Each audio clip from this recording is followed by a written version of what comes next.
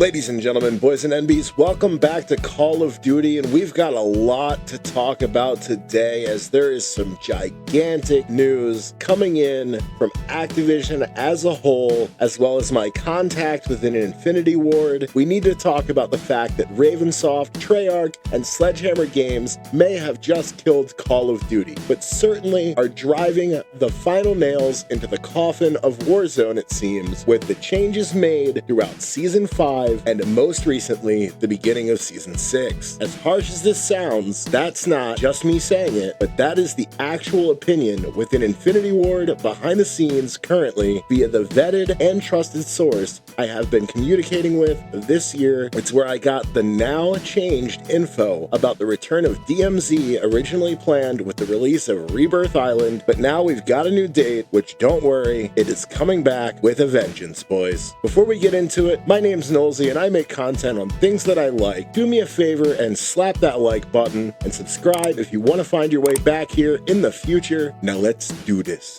In Warzone, it is a known fact that playlists mean absolutely everything. You haven't played Warzone, here's how she goes. There are two through modes, Battle Royale and Resurgence. Each one, for almost 5 years now, has had 4 set playlists for solo, duo, trio, and quad play. This has almost always been the structure of matchmaking within the game, save for the occasional limited time event or general tomfoolery, hiding modes for things like reveals, limited time modes, etc. These modes decide how every gunfight, rotation, general flow of the game, the endgame, and even loadout composition are played or made. You go it alone, take the homies, or take your luck playing with Dad Gamer Phil or Little Timmy. That has been the core experience since almost the very beginning, with Verdansk having a 3-week window at launch of only trios as servers came online in 2020. However, for the last month, we have seen modes slowly disappear from the lineup. Firstly, with one of the most popular in solos, Resurgence with Season 5, then trios, which later changed to duos, rotating out within Battle Royale. Last week, Raven Software doubled down, confirming that for the foreseeable future, they have not only removed solos from Resurgence and duos from Battle Royale, but have now removed solos and trios from Resurgence, as well as both duos and trios from Battle Royale. This means if you want to play with a friend, you better like Resurgence or have more friends to play with, and a litany of other issues.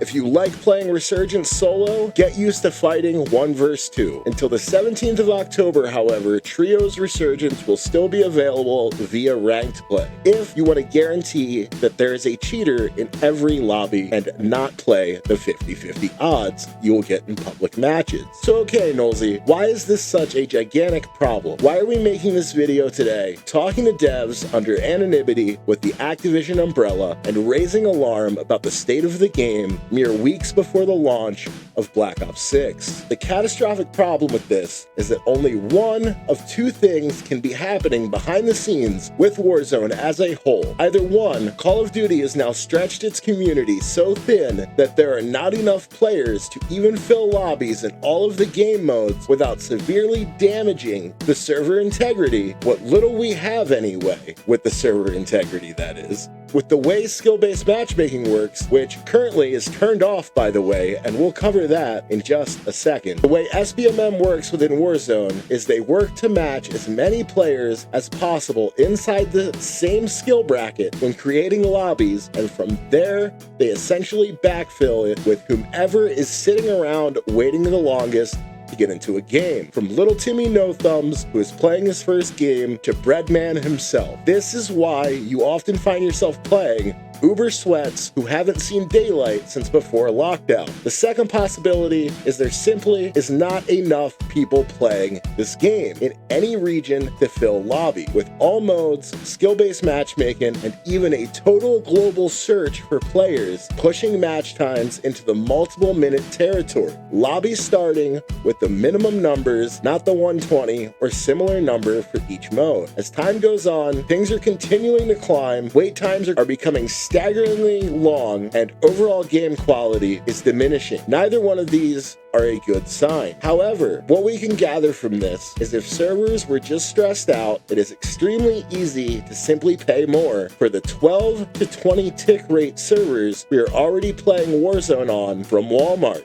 And here's where it gets juicy, ladies, gents, and NBs. I have it on good authority from an original Warzone 2 developer. What Warzone currently is, mind you, is Warzone 2, that it is the latter. According to internal numbers at any given time, there is a 75% chance that there is not only more people currently playing DMZ, but almost double the player count. A mode that has not seen an update in almost a year now. Versus all of Warzone, be it solos, duos, trios, quads, resurgence, or standard battle royale. Plunder, Purgatory, and Warzone Bootcamp were not included in this graph. Which, by the way, Warzone just got an update less than 3 weeks ago, bringing more new guns and a tiny amount of other content into the game. I did have to agree to not show you these graphs, because again, this person is speaking to me under anonymity. My contact has also informed me that they have cut these modes back to 2 per mode in hopes to stem the bleeding until the release of Black Ops 6, banking on Area 99 and Omni movement, revitalizing the game until they can bring back another old map in Verdansk as the great savior of Warzone. That means that Warzone has lost over 95% of its player base, and the internal documents do in fact show this, with the current numbers showing the average daily active user count being below half that of the same point during the Al Mazrah year of support under Modern Warfare 2. This is Battle Royale, Resurgence versus Battle Royale and Resurgence. These minuscule player numbers no longer have the ability to fill the basic needs of Warzone's core modes, and it has been this way for many months, obviously steadily getting worse over time. However, they did see the largest drop-off in player numbers after the Black Ops 6 reveal, COD Next, and the beta weekends, which, if you ask me, does not bode well for the future of Warzone. There are already internal talks with the Warzone team about potentially dropping to a singular mode for Resurgence and Battle Royale, or even possibly a singular mode that rotates from Resurgence to standard Battle Royale and is changing squad sizes on an hourly window across the entire game. One mode for all of Warzone outside of Plunder and when DMZ returns. Now, however, these modes will continue to shrink only if we bleed players at the staggering rate we currently are. The other school of thought has been talks of adding bots within Warzone in place of players, much like PUBG does, or the current Warzone Bootcamp mode. So if you want to see the future of Battle Royale within Warzone, most likely go play Warzone Bootcamp and see the bots that are running around in this mode. This has also heavily affected shadow ban lobbies, leading to huge problems with controlling the cheating epidemic within the game, as well as Ricochet being all but useless, as well as what to do with those players who unjustly find themselves in a temp ban via shadow ban. Ricochet has absolutely no idea how to fix this. What are the plans at Activision Call of Duty for the future to fix these problems? Well, they do see Resurgence as the future of Battle Royale as a whole, even as we have seen maps like Verdansk, Caldera, Ashika Island, Fortune Keep's original non-blown out layout, and here recently, all but the removal of Vondel and the newer version of Fortune's Keep as well. They're also planning to phase out Urzikstan. This is not a problem any other Battle Royale has seen or had to deal with. All of their maps stay in rotation and even get dedicated mode. You heard me right. This may be the end of traditional Warzone Battle Royale as soon as summer 2025. But that can't be all, right? No, it's not. I have it on good authority from my contact within Activision that they are strongly looking at DMZ as the future of Call of Duty's free-to-play offering, alongside Resurgence and, yes, Thunder, with seasonal or limited time events bringing back in the standard Battle Royale mode. I am not sure Area 99 is going to pull the numbers they expect it to, nor do the people at Infinity Ward, as the map straight up looks terrible for even Resurgence gameplay. The return of Verdansk certainly isn't going to save the game, as if you don't remember, that map was made with realistic sizing for hallways, stairways, doorways, and so many other things, which simply are not what we have become accustomed to with the current movement in Modern Warfare 3, let alone with Black Ops 6's Omni movement. Devs are internally worried about the way that Omni movement and the new systems are playing on Verdansk during early testing within the studios. They simply do not have the time to resize all of these things and change the map to be more fluid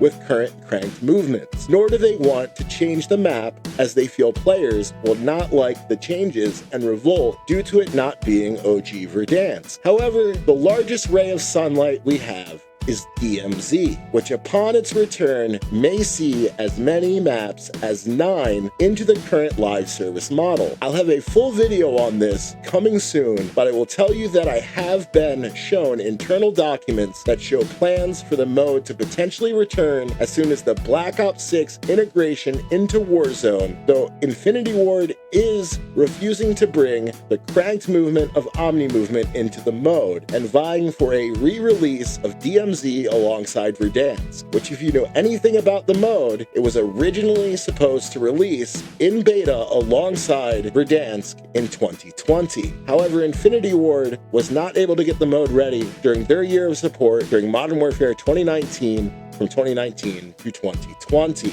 So we could see the return of DMZ announced as soon as Halloween or sometime in February as they build hype for the re-release of Verdansk in Season 2 or even Season 3 of Black Ops 6. I do have it on good faith that Infinity Ward do see DMZ as the flagship of the free-to-play umbrella going forward, as Raven struggles to keep Warzone afloat even if it is just a resurgence. If you've made it this far, let me know what you think in the comments, subscribe to the channel for future updates, and until next time, leave me alone and like the video.